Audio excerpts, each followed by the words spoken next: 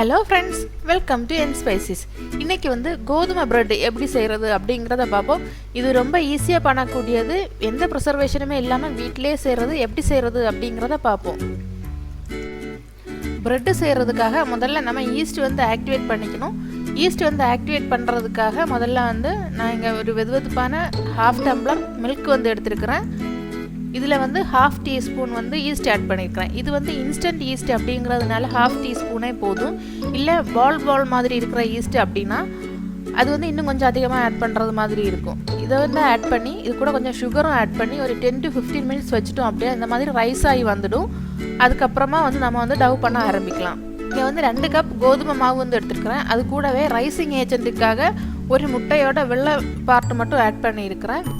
நம்ம வீட்டிலே யூஸ் பண்ணுறோம் அப்படிங்கிறதுனால ரைசிங் ஏஜென்ட்டுக்காக பேக்கிங் சோடாவோ இல்லை பேக்கிங் பவுடரோ ஆட் பண்ணலை. முட்டை தான் ஆட் பண்ணியிருக்கிறேன். முட்டையோட ஒயிட் போர்ஷன் மட்டும் ஆட் பண்ணியிருக்கிறேன். அப்போ அந்த அளவுக்கு ஸ்மெல் இருக்காது, நல்லாவே இருக்கும், ரைசிங்கும் நல்லாவே வரும். இல்லை எக்கு பிடிக்காது அப்படிங்கிறவங்க இந்த இடத்துல கொஞ்சமாக பேக்கிங் பவுடர் ஆட் பண்ணிக்கலாம். பேக்கிங் சோடா வேணாம், பேக்கிங் பவுடர் ஆட் பண்ணிக்கலாம். அது கூடவே நம்ம ஆல்ரெடி ஆக்டிவேட் பண்ணி வச்சுருந்த ஈஸ்ட் தண்ணி, இது எல்லாத்தையும் சேர்த்து நல்லா பிசைஞ்சு வச்சுக்கணும். கொஞ்சமாக ஆயில் விட்டு பிசையும் போது அப்போ நமக்கு பிசைகிறதுக்கு கொஞ்சம் ஈஸியாக இருக்கும்.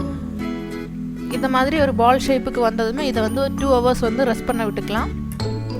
2 hours இது நல்லாவே ரைஸ் ஆகி வரும், டபுள் சைஸில் ஆகி வரும். அந்த ஸ்டேஜில் நம்ம நல்லா இழுத்து பிசைஞ்சுக்கணும். என்னால் அந்த அளவுக்கு ஃபோர்ஸ் பண்ணி பிசைய முடியல அப்படிங்கிறதுக்காக ஹஸ்பண்டோட ஹெல்ப் கேட்டிருக்கிறேன். அவங்க நல்லாவே இழுத்து பிசைஞ்சு கொடுத்தாங்க. இப்போ இதை நாளாக கட் பண்ணி அவனில் வச்சுக்க வேண்டியதான். இப்போ அவனில் மட்டும்தான் பண்ணுறேன். இது நீங்கள் அவன் இல்லாமல் இருந்தாலும் நார்மல் பாத்திரத்தில் இந்த மாதிரி பண்ணிக்கலாம். ஃபோல்ட் பண்ணும்போது மட்டும் கவனமாக இருக்கணும். சும்மா வச்சு உருட்டாமல் இந்த மாதிரி எல்லா ஓரங்களையும் உள்ளாடி எடுத்து வச்சு ஃபோல்ட் பண்ணி எடுத்துக்கணும். அவ்வளோதான். இதை அப்படியே இப்போ 10 மினிட்ஸ் நம்ம விட்டுட்டோம் அப்படின்னா இன்னும் கொஞ்சம் டபுள் சைஸ் ஆகி வரும்.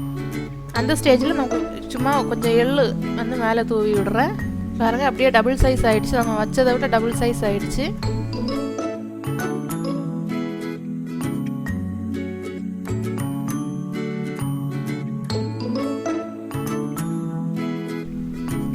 அவனை ஆல்ரெடி ப்ரீ ஹீட் பண்ணியிருக்கிறேன். இப்போ 180 டிகிரி செல்சியஸ் 30 மினிட்ஸ் இதை பேக் பண்ணி எடுத்துக்கணும். அவ்வளோதான்.